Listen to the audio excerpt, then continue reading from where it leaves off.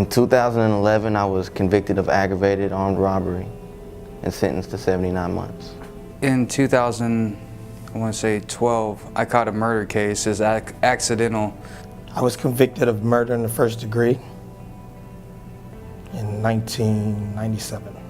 I was brought here from Kansas City, Kansas. I have indecent liberties and enticement of a child. It got me 12 to 35. I'm here in Lansing Correctional Facility because I made a mistake, committed armed robbery. When I would be in a time of, like a time of stress, I reacted badly and stole and dealt drugs and robbed rather than looking harder for a job.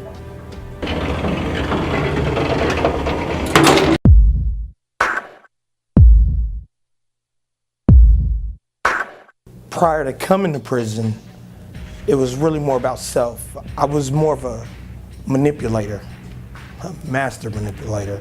I was definitely about what I could gain from any experience, not what you could gain or if I was hurting you or if it mattered to you or anything like that. It was really more about self. I grew up in a dog-eat-dog world and I was trying to get my fill. I had bad reactions to life situations that caused me to make the bad decisions that I made. Like, I've never been a bad guy. It's just the way I learned to react. I told everybody, look at me, I can do it. That's when I failed. Fell real hard. At first, I used to be the type of person that really just didn't care. I thought that the things that I wasn't doing wasn't a problem anyways, not in my eyes. It might have been a problem to somebody else's eyes, but it wasn't a problem to my eyes because I felt like I was doing everything right. I felt like I had it all. I felt like I knew it all. I felt like I was a grown man when I really wasn't a grown man, when I still got more to grow. I was a mean person. I would pick on people because I didn't care about how they felt. And I didn't hang around certain people in the penitentiary. There's a couple of guys that I specifically picked on here that were not exactly bright. I didn't really care a whole lot about anybody else or myself. Anything I'd done was for me and me only. And they're at desk working, doing a daily secretary clerk job. We are a 12-month in-prison pre-release program. What that means is an inmate voluntarily joins the program, they're with us 12 months, and then after that they're either released back into society or they go back out into the general population until their time is done.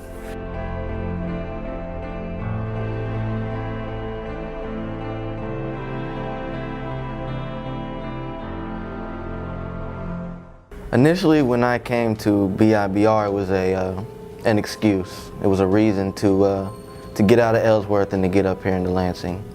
When I first applied for BIB, I was in El Dorado Correctional Facility, and I was close to cracking up. I was close to going down the wrong path. When I got here, my expectations of BIB were, I hope they could help me, but I knew that I couldn't take much from it on the spiritual aspect because I'm Muslim. So I didn't know how they received me. We treat everybody the same. We just treat everybody the same. In fact, I don't normally know their faith preference, because I don't care. I'm here to help men change. You know, and it doesn't matter what their faith background is. We just treat everybody the same. Everybody gets the same classes, they get the same benefits, you know, they get the same options, they get the same opportunity. So we just don't change. We stay consistent with everybody. I wasn't real sure. So when you're coming in, you'll hear both extremes. You'll hear people telling you the good aspects of it, and you'll have a lot of people telling you the bad aspects. So given that, as I went in, I kind of stayed open-minded, open-hearted, and kind of decided that I was going to see what it was really all about and then develop my own decisions.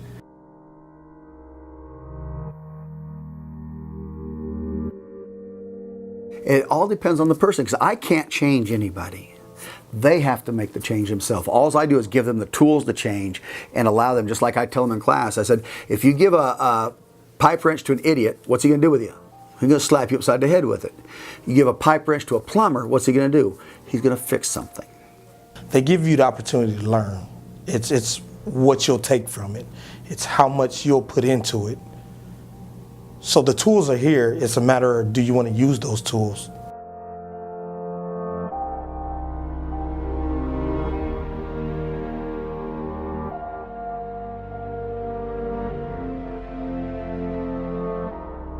It's like planting that seed. You get that seed planted while you're in the program. And then after the program, that's when most of my growth has really taken place, because then it gives me the time to really sit and reflect upon all the things that they've shown me. Authentic Manhood. What can you tell me about it specifically, and how did it change you all? I mean, I remember when I first started Authentic Manhood, they were talking about father wounds, absent mother wounds, and all these different wounds and stuff that a man possesses that hold him back from reaching his full potential. I used to think to myself all the time, I ain't got that wound. But as time progressed and I really started to apply it to my life and things that I experienced, I realized that I did have a father wound, and that was something that was holding me back from having a proper relationship with my son. I seen it as a fret thing. And I was in a classroom with a bunch of guys, and we all basically had children, and we were all locked up. And so it's one thing we're locked up and you have no one to talk to, but Authentic Manhood actually gives you what it takes to talk about those hard things. We're locked in here. We don't have the communication with our child. We don't know how to ask because we didn't have the fathers to tell us how to do it to begin with. Yeah. So I know it's a piece of paper, but the piece of paper gave us a way to talk to each other about how to talk to our sons. Mm-hmm. And that really helped me. And the more that we went on throughout the class, the more I realized how many wounds that I really had to deal with. Not just the father wound, what about the mother wound? Or when they say how we I heard them say how we take the umbilical cord out of our mothers to replant it into another woman to take care of us, because we're still dealing with that wound. You know what I'm saying? Because we're still struggling. Basically it is, and what you said without the father, this is pretty tough, man. And dealing with having kids, you know what I'm saying? And looking at them wounds, wondering and asking myself anyways, will my kid have that same wound at this moment because I'm not present, My son came up for the first time in 9 years, and he was an adult. And what I really hated was that the family glorified the violence that I went through, and he was trying to live that. So when he came here, what he saw was not the gangster, but the changed person. Wow. So that was a whole new thing to go through, because what he was told and what he saw was two different things. And I had to de-glorify the stuff that I used to do. Yeah. And without fatherhood, I think because it's different courses too. We got the Authentic Manhood, and then we take the fraternity. You know what I'm saying? Authentic Manhood fraternity, which is basically more of being a father. Yeah. And how we basically putting pressure, not really pressure, but we absent out of our kids' life. So which it'll cause them to have them type of wounds that we probably have, and it's hurtful, just because looking at the videos and going through this class, it really makes you look deep down inside yourself, and it really makes you wonder, I understand that I had them wounds. I understand that I might still have some of them wounds, Now, as I'm putting these same wounds on my kids, I don't want them to have them wounds. I can take classes, we can take all these classes, Authentic Manhood, we can take quenching your father thirst, we can take anger management, all these things, and they're great tools, they're great principles, they're great things to understand and to use. But when you have somebody that's beside you that's done it and is doing it, and they're encouraging you and telling you where you're messing up, and not in a condescending way or negative, it has a negative note behind it, but rather constructive criticism to lift you up and to help you, to benefit you. And there's nothing better than that.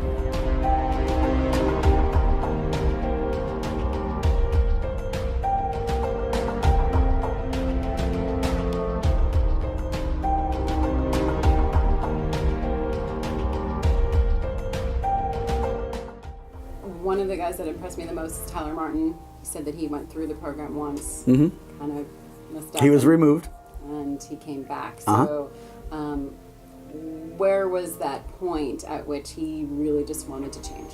I think when he got removed from the program, he realized that he wasn't taking things seriously. So he was out of the program for a while. And then he applied to get back in, and the former director and I discussed it, and we gave him another chance. And when he come back the second time, you could see that that change, that mentality was different. And he's completed the program now. He's working for us. He does a lot of stuff for the different counselors, and he's just doing a phenomenal job.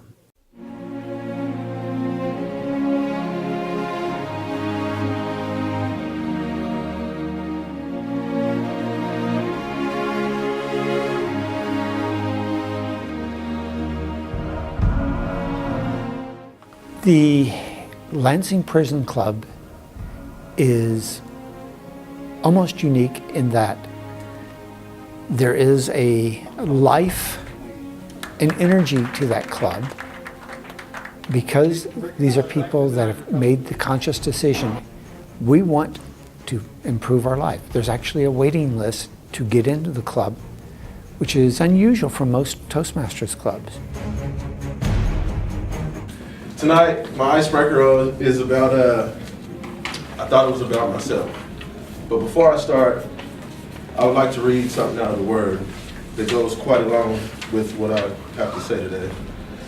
It's in Proverbs 18, verse 1. An unfriendly man pursues selfish ends. He defies all sound judgment. Now that's kind of funny, because here I am talking about, I thought it was all about me. Yet, we're all sitting here in this room together, away from where we should be.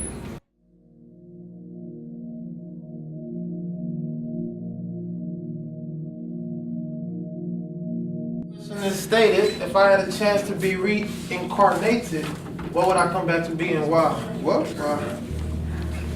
as I expound on this, I guess I would have to say I would want to be a lion. Why would I want to be a lion? Obviously, it's a question you guys are replaying in your mind. Would I want to be the lion simply because the Bible states that the lion is the king of the jungle, and if I'm going to come back, I might as well be a different type of mammal, and I want to be the best one that there is. When I see you guys supporting and helping each other, at the very beginning it was like everybody, it was kind of all about them.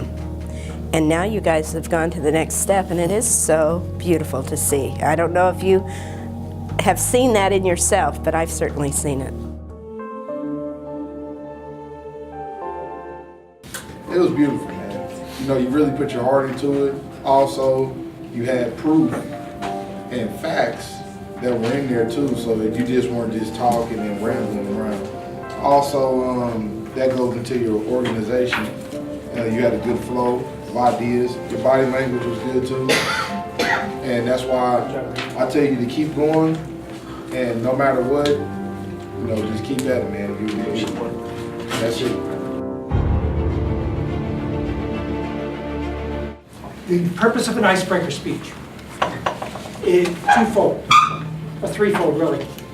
One, to give you some experience speaking in front of people, which for a lot of people it is kind of nerve-wracking, especially the people that you know and that you know that you will see on a regular basis. Second, to judge that speaking ability. And third, and most importantly, for you to have a chance to introduce what is important to you in your life to tell us. I think you did all of those very, very well. I want to be successful when I get out of here. And thanks to Toastmasters, as you can see, now I can move my hands without feeling nervousness. and I can breathe. You connect with the audience. Brandon, I recognize good performance. You did very good. It's just one little thing, bro. Don't do this anymore. Because you come up here, you speak well, man. Wow. Welcome to Toastmasters, man. You're gonna be the next president. And it's teaching me how to listen to people, because back then if you're talking to me, I'm looking away. Because I just don't know how to listen, but now I listen and I respond. And I'm becoming a leader.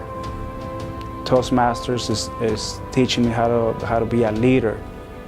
And I became a GED tutor here in prison, thanks to Toastmasters, because I go in front of people and explain a mathematical problem or stuff like that. And Toastmasters is changing my life.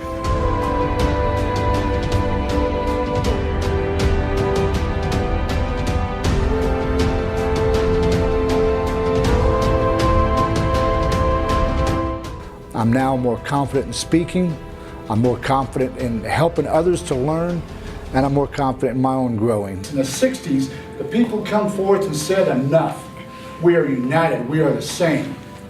We need to have equal rights. That's right, we all need equal rights. Every single one of us. Not just me, not just you, but everybody in America, every child needs to come up and realize that racism is not a part of America. I love it. Be able to put a smile on my face just to say the name Toastmaster.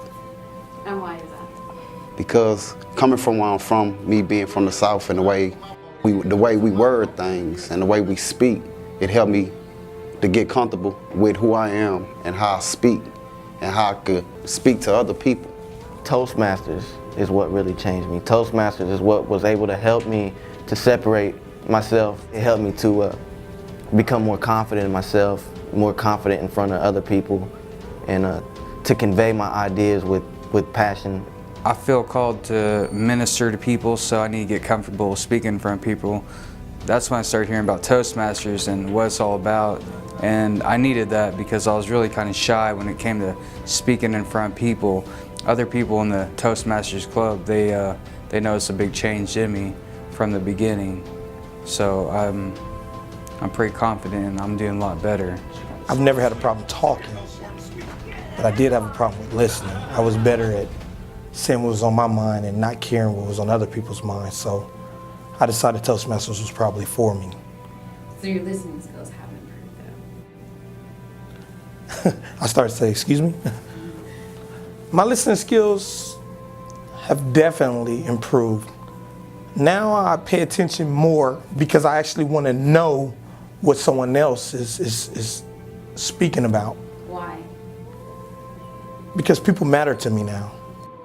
And so what I've learned is, with the structure that Toastmasters has, it teaches you to grow, but not just grow for yourself, but grow so that you can help other people grow. So by growing and helping other people grow, I grow more. I get more out of it, I grow more, I do better things, and I help other people do better things. My self-image, I done came from a long ways. And to the person that I look at today, I love them. You know, I always used to put myself down at one point in time, feel like the next person better than I, because I probably can't speak as good as he can, or I probably can't read as good as he can, or I probably can't write as good as he can. But what I come to learn, that everybody move at a different pace in life, but we all gonna get there one day. I'm a lot more confident now. I believe that I still have some self-confidence issues, but those are things that I'm able to work through and rise above. And the fact that I know who I am and the direction that I'm going, I know what God has planned for me, it helps a lot. Self-confidence and self-respect are like way higher now, because I think actually what it was is, then it was more of a false self-confidence and self-respect.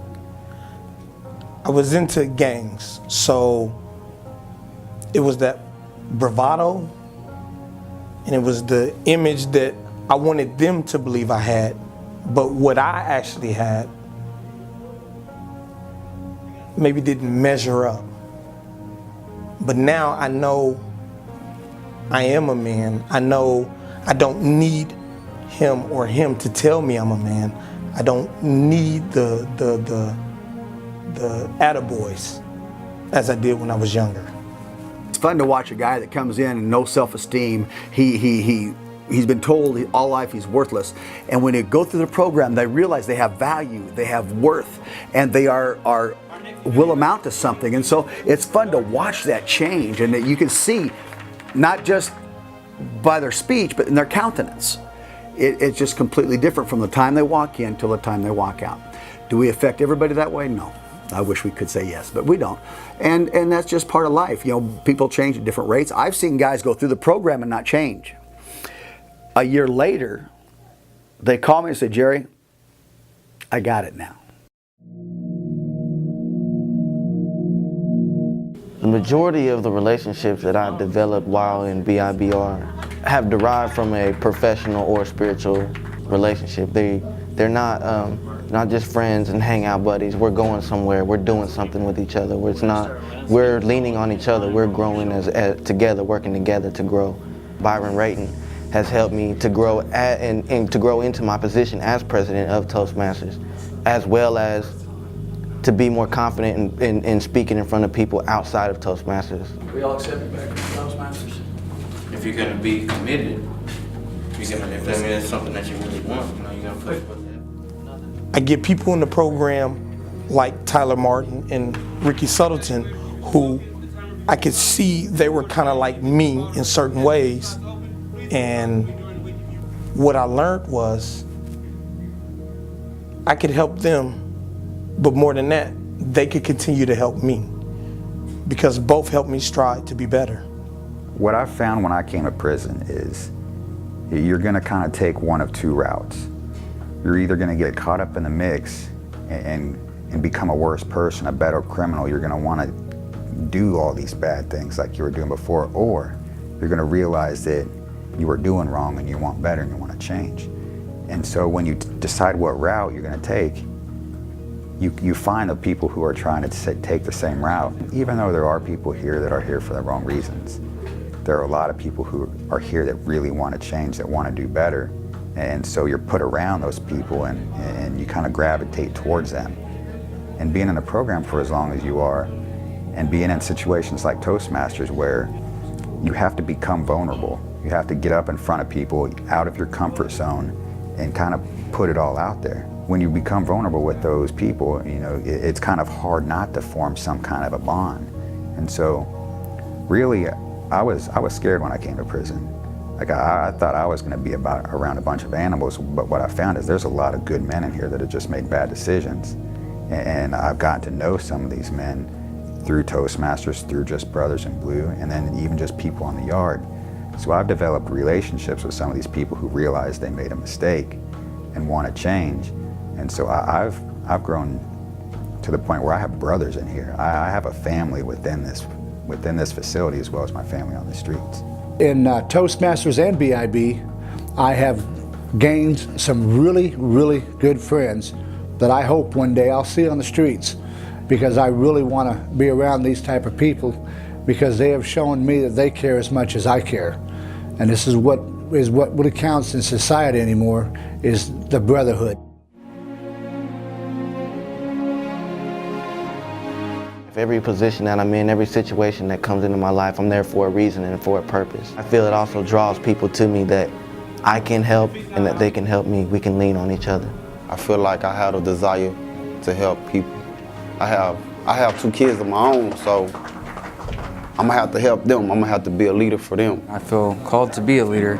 I feel I'm a leader right now, and I do want to help people so they can go out when they get out of prison and they can better themselves and better their family with the tools that they learned in here. I've been volunteering there for 4 years now, and you can sometimes tell when somebody is just gaming the system. Brothers in Blue itself it's an easier lifestyle being in medium security prison than in maximum security. And they are staying in Brothers in Blue just so they can stay in medium security. I've also seen some that have come in just, you figure, these guys are just not. And then over a period of 6 months to a year, while they're in Toastmasters, while they're in Brothers in Blue, their attitudes appear to change. They actually care for other people. They're actually willing to help other people without expecting anything back in return. Probably my biggest enjoyment is when we have a spring picnic every year and we have a Christmas banquet every year. And it never fails. Somebody will come up and say, where's my son? I said, well, he's right here. No, that's not my son. I said, oh, okay. What do you mean? He goes, well, I don't like my son. I like this guy. And I said, well, we replaced your son with his new son. And in other words, the change is so dramatic that the family all of a sudden disowned this person, but now they want them back in their life.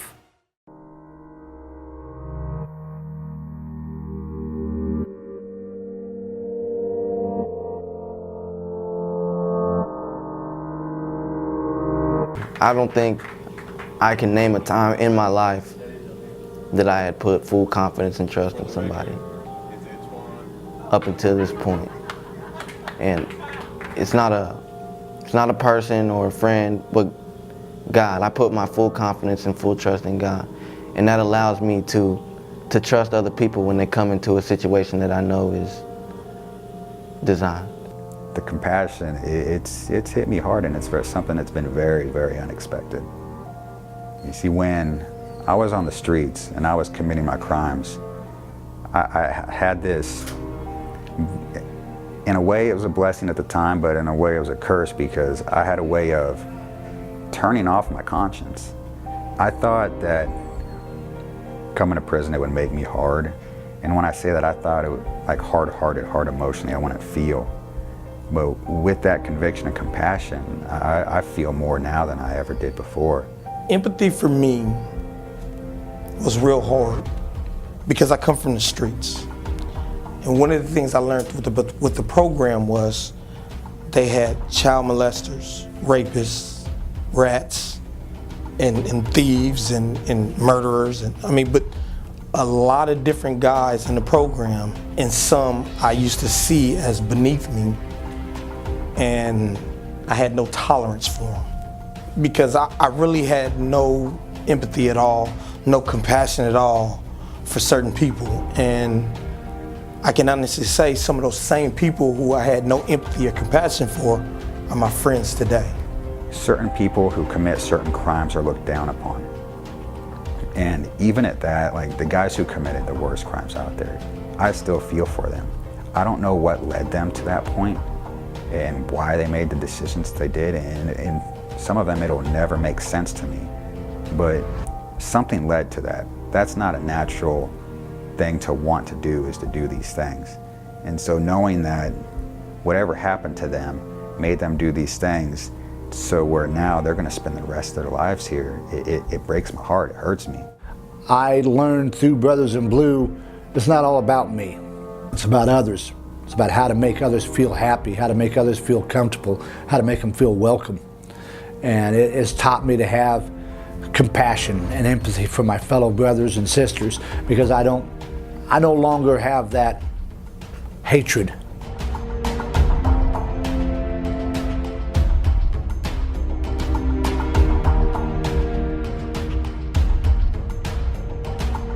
So here I am amongst you guys, not being selfish anymore, because it's not about me, it's not about y'all, it's about him and his plan. This program has brought out my flaws. It's showed me what I need to work on, and now God's using this program to melt me down and mold me into who He wants me to be. I know that regardless of where this life takes me, the direction that God has for me, where He takes me and the people He puts in my life and the trials that I'm forced to face, I know that I will be ready to handle those situations when they come. Why? Because I have a faith in Him. I have a trust in Him. And He has given me, He's put me in a position to where I can use these tools. I can learn these tools so that I can apply them out there. I know that if you come through this program, be it Christian, Muslim, Jew, Wiccan, I don't care what you are, if you come in and you put in the effort in this program, you'll change for the better. And Toastmasters, it's like worlds apart from anything else. We really strive to help you to help yourself. And in return, we ask you to help us help ourselves. I came to BIBR the first time simply with the intention of just getting something out of it. I want to be in Lansing. And if I get anything else, I got it. And it didn't work out for me. Now that I've come here with the intention of wanting to better myself, to become a man, to be a father, to be a husband, to be a leader, to be the man that God has called me to be, I've grown significantly. And I can see that God still has a long, long way for me to go. So you definitely feel this experience here is going to transform or enhance your family relationships? Absolutely, it already has.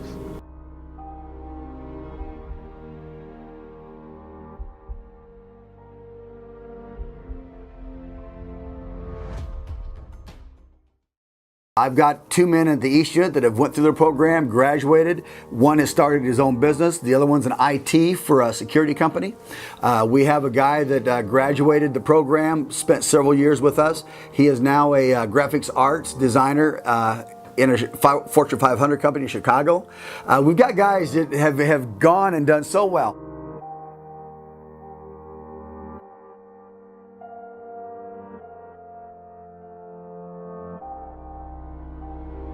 It's a great job.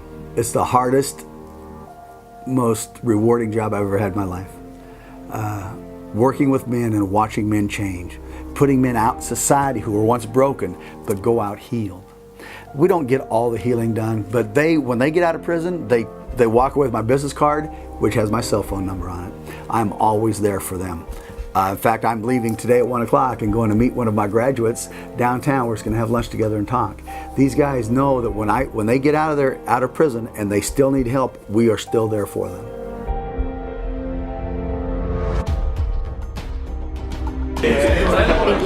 Thank you so much.